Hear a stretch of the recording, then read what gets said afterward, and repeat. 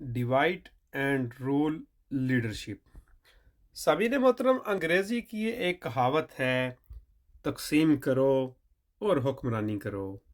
پاکستان کی سیاسی تاریخ میں اسٹیبلشمنٹ اور سیاسی حکمرانوں کے مابین اختلافات کا نتیجہ کبھی سیاسی حکمرانوں کے لیے اچھا نہیں رہا۔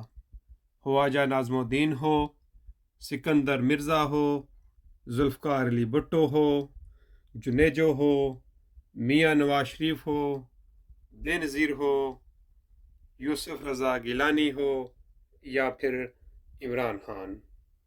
سامعین محترم، ذوالفقار علی بھٹو نے کہا تھا کہ اس ملک میں مارشل لا کو ہمیشہ کے لیے دفن کر دیں گے، لیکن حالات کی ستم ظریفی کہ مارشل لا ہی کی حکومت نے انہیں پھانسی بھی دی اور دفن بھی کیا۔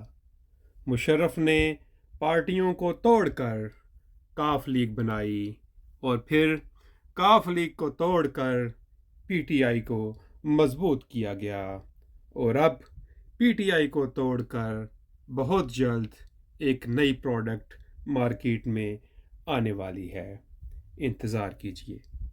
دعا ہے اللہ رب العالمین پاکستان کو رہتی دنیا تک شاد و آباد رکھے۔ پاکستان زندہ باد، پاکستان پائندہ باد۔